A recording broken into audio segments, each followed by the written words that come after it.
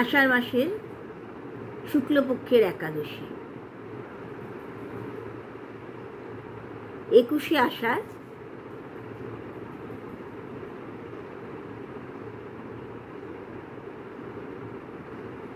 6 জুলাই। 6 জুলাই রবিবার একাদশী পড়েছে। 21শে আষাঢ়, 6 জুলাই দেবশয়নী একাদশী বা শয়ন একাদশী। এই একাদশীর কথা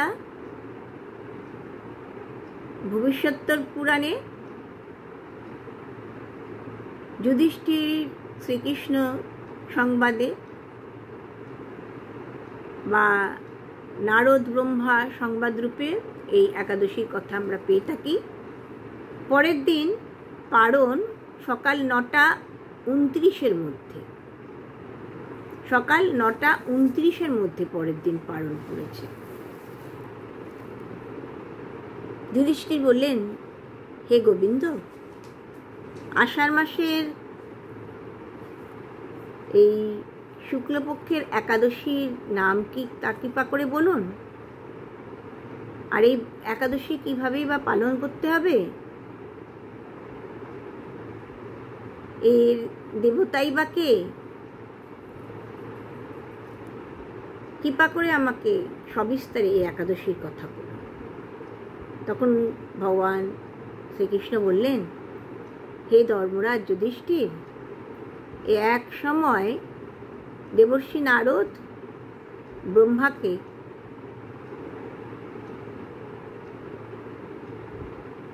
এই প্রশ্ন করেছিলেন। ব্রহ্মা তার উত্তরে নারদজিকে যে আশ্চর্য কাহিনী বলেছিলেন, সেই কাহিনী আমি তোমাকে বলছি, তুমি শোনো। ব্রহ্মা বললেন, হে মুনিশ্রেষ্ঠ দেবর্ষি নারদ, সংসারে তো একাদশীর তুল্য অন্য কোনো পর্ব নেই।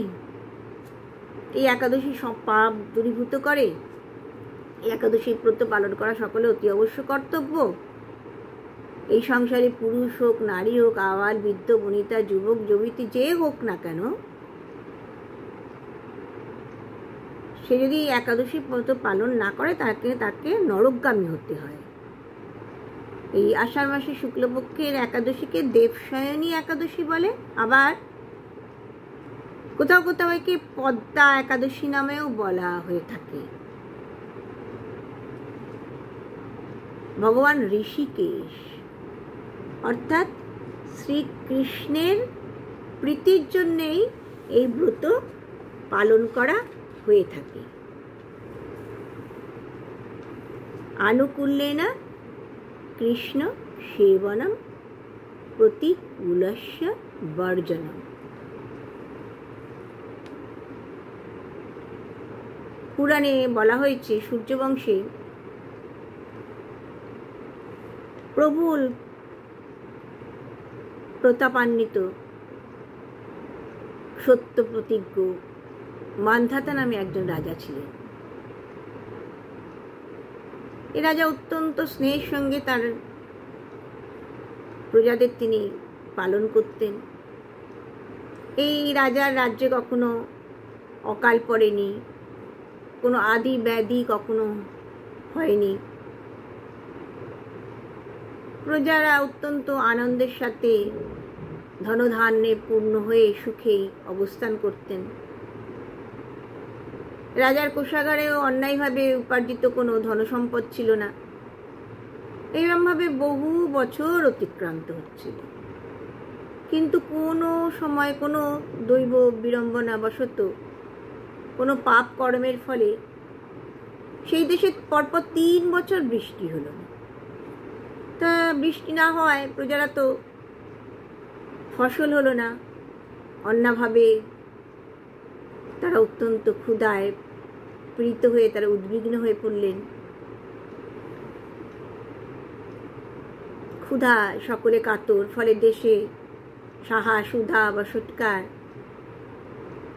এসব প্রধান যজ্ঞ, বেদ অধ্যয়ন সব কিছু বন্ধ হয়ে গেল। তখন প্রজারা সব রাজার কাছে উপস্থিত হয়ে বলতে লাগলেন, হে রাজন, আপনি কৃপা করে আমাদের কথা শুনুন। শাস্ত্রে তো জলকে নার বলে, জলই হলো ভগবানের নিবাসস্থল। এই জন্যে ভগবানের আর এক নাম তো নারায়ণ। তা মেঘরূপী ভগবান বিষ্ণু, তিনি তো সর্বব্যাপী, তিনি তো বাড়ি বর্ষণ করে থাকেন। বৃষ্টিতেই অন্ন আর অন্নের থেকে প্রজাকুল উদ্ভব হয়ে থাকে। এই অন্নের অভাবে এই প্রজাকুলের ক্ষয় হয়ে যায়। হে নৃপশ্রেষ্ঠ, আপনি এমন কোনো উপায় অবলম্বন করুন যাতে আপনার রাজ্যে আবার শান্তি ফিরে আসে, কল্যাণ হয়। বিশ্বের শান্তি হোক, বিশ্বের শান্তি হোক, বিশ্বের কল্যাণ হোক, বিশ্বের কল্যাণ হোক, তারা এমন বলতে লাগলেন। তখন রাজা বললেন, হ্যাঁ, তোমাদের বাক্য সব সত্য। অন্নকেই ব্রহ্মময় বলা হয়, অন্ন থেকেই সব কিছু হয়ে থাকে, অন্ন থেকেই এই জীবকুল, এই সমস্ত সংসার উদ্ভূত হয়। অন্নের দ্বারাই সমস্ত কিছুর অস্তিত্ব সংসাধিত হয়ে থাকে। পুরাণেও বলা হয়েছে, শাস্ত্রে বলা হয়েছে, রাজার অধর্ম আচরণ থেকেই প্রজারা কষ্ট পেয়ে থাকে। কিন্তু আমি তো আমার নিজ বুদ্ধি দ্বারা কোনো দোষ আমি নিরূপণ করে উঠতে পারছি না। তথাপি প্রজাদের মঙ্গলের জন্য তো আমি আপ্রাণ চেষ্টা করব। রাজা এইরকম কথা বলে রাজ্যের যারা গণ্যমান্য ব্যক্তি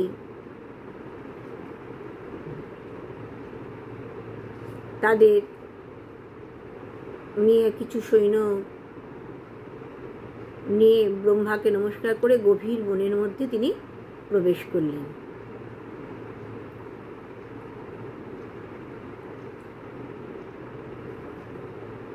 সেখানে তিনি ওই শ্রেষ্ঠ শ্রেষ্ঠ মুনি তপস্বীদের আশ্রমে তিনি বিচরণ করতে লাগলেন। তা দৈব অনুগ্রহে একদিন রাজা ব্রহ্মার পুত্র অঙ্গিরা ঋষির সাক্ষাৎকার লাভ করলেন। এই ঋষি তো অত্যন্ত তেজস্বী, জ্ঞানী। এই ঋষির তেজে সব দিক উদ্ভাসিত। তাকে দর্শন করে রাজা অত্যন্ত প্রসন্ন হলেন। আপন বাহন থেকে নেমে ঋষির চরণ বন্দনা করলেন, করজোড়ে তার অনেক স্তবস্তুতি করলেন, তাকে অভিবাদন জ্ঞাপন করলেন। মুনিবর অত্যন্ত সন্তুষ্ট হয়ে রাজাকে আশীর্বাদ করলেন, রাজ্যের কুশল বার্তা জিজ্ঞাসা করলেন, রাজা কেন ওই বনে এসছেন তার কথা জিজ্ঞাসা করলেন। রাজা বললেন, ভগবান, ধর্মানুসারে আমি পৃথিবী পালন করে আসছি, তথাপি আমার রাজ্যে 3 বছর কোনো বৃষ্টি হয়নি। বৃষ্টি না হওয়ার জন্য ফসল হয় না, প্রজারা অত্যন্ত দুঃখে রয়েছে। আমি এর কোনো কারণ খুঁজে পাচ্ছি না। কৃপা করে আপনি এমন কিছু করুন যাতে প্রজাদের কল্যাণ হয়। কি করলে প্রজাদের কল্যাণ হবে আপনি আমাকে বলে দিন। তখন ঋষি বললেন, হে রাজন, আষাঢ় মাসের শুক্লপক্ষের এই পদ্মা বা দেবশয়নী একাদশী ব্রত আপনি পালন করুন। এই ব্রত পালন করলে আপনার রাজ্যে অতি অবশ্যই বৃষ্টি হবে। এই একাদশী দেবী সর্বশুভদায়িনী, সর্বসিদ্ধিদাত্রী, সব উপদ্রব তিনি নাশ করে থাকেন। হে রাজন, আপনি প্রজা পরিবার বর্গ সহ আপনি এই ব্রত পালন করুন। রাজা মুনিবরের আদেশ শিরোধার্য করে সকল প্রজার সঙ্গে সপরিবারে এই দেবশয়নী একাদশী ব্রত পালন করলেন।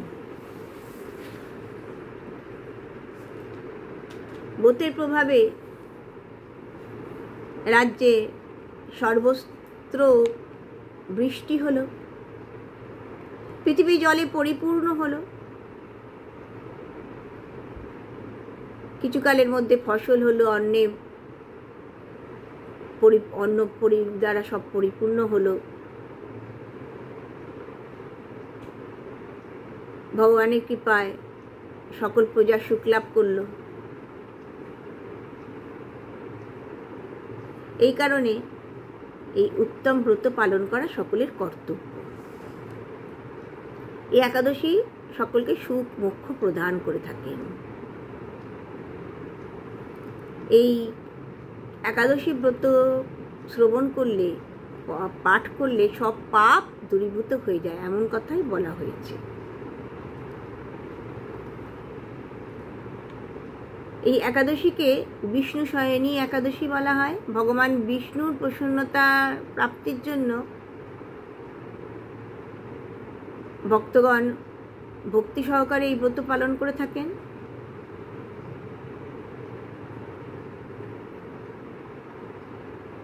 সুপ্রসিদ্ধ চাতুর্মাস্য ব্রত এই একাদশী থেকেই আরম্ভ হয়ে থাকে।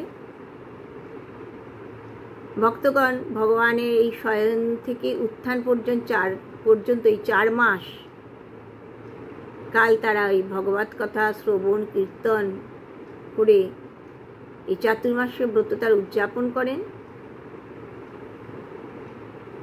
মহারাজ যুধিষ্ঠির শ্রীকৃষ্ণকে বললেন, হে কৃষ্ণ, এই বিষ্ণু শয়ন ব্রত কি প্রকারে করতে হয়? এই চাতুর্মাস্য ব্রতের নিয়ম কি, তা কিভাবে পালন করতে হয়? আমি তোমাকে বলছি, তুমি শোনো। শ্রীকৃষ্ণ বললেন, আষাঢ়ের শুক্লপক্ষে সূর্য যখন কর্কট রাশিতে থাকেন, তখন জগৎপতি মধুসূদন ভগবানকে শয়ন, আর যখন সূর্য তুলা রাশিতে যান তখন তাকে জাগরণ করতে হয়। আষাঢ়ের এই শুক্লপক্ষের একাদশী ব্রত পালন করে চাতুর্মাস্য ব্রত আরম্ভ করতে হয়। এই শুক্লপক্ষের একাদশী, আষাঢ়ের এই শুক্লপক্ষের একাদশী তিথি থেকে চাতুর্মাস্য ব্রত আরম্ভ হয়। হে যুধিষ্ঠির, শ্রী বিষ্ণুকে স্নানের পর পীতাম্বর দ্বারা শৃঙ্গার করে শ্বেতবর্ণ শয্যায় শ্বেত বস্ত্র দ্বারা আচ্ছাদিত করে শয়ন করাতে হয়।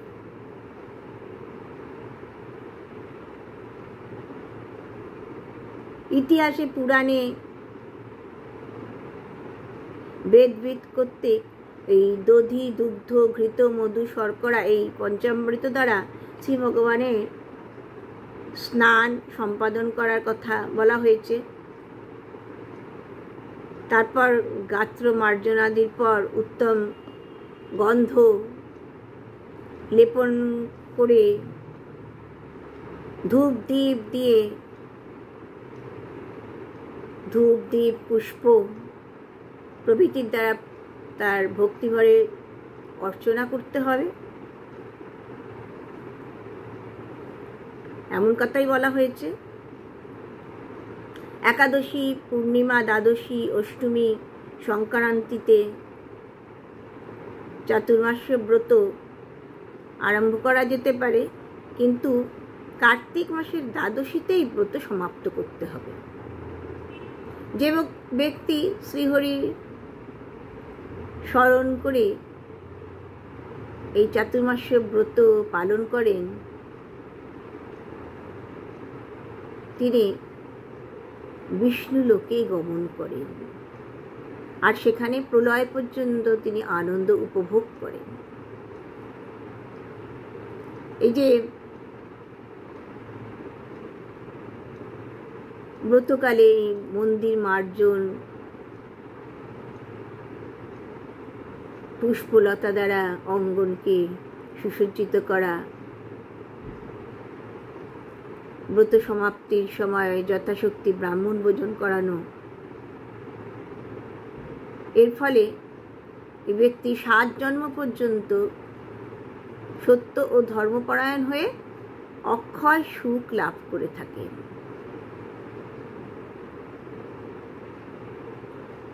এই ব্রতকালে শ্রী ভগবানের কাছে ঘি প্রদীপ প্রদান করে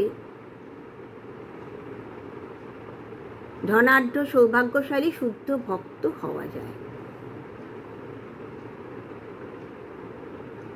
যিনি এই ব্রতের সময় দান, জপ, বৈষ্ণব সেবা, নাম, যজ্ঞ প্রভৃতি করেন, তিনি সব পাপ থেকে মুক্ত হয়ে যান, নীরোগ দেহ লাভ করেন আর উত্তম সন্ততি লাভ করে বিষ্ণুলোকে গমন করেন। ভগবান জনার্দন যখন শয়ন করেন তারপর 4 মাস কাল পর্যন্ত শুদ্ধ ভক্তগণ কিন্তু খাটে শোন না।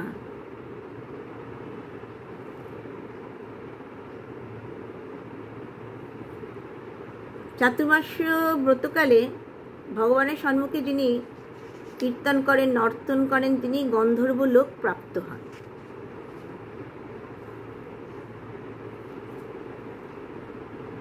এখানে বলা হয়েছে এই ব্রত যারা করেন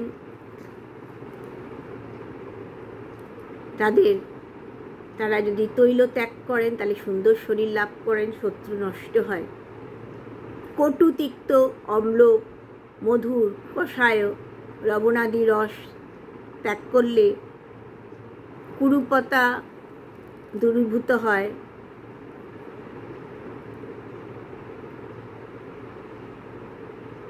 পুষ্পাদি ভোগ ত্যাগকারী স্বর্গে বিদ্যাধর পদবী লাভ করেন, এমন কথা বলা হয়েছে। তাম্বুল ত্যাগ করলে শরীর শীঘ্র নিরোগ হয়। বিনা পাত্রে ভোজন করলে ইন্দ্রলোক প্রাপ্ত হয়। শ্রীকৃষ্ণের প্রীতির জন্য দুগ্ধ দধি ত্যাগে গোলোকে গতিলাভ হয়। যিনি নখ কেশ রাখেন তিনি বিষ্ণু পাদপদ্ম স্পর্শ করার সৌভাগ্য লাভ করেন। শ্রী মন্দির পরিক্রমা, তুলসী পরিক্রমা, ধাম পরিক্রমা করলে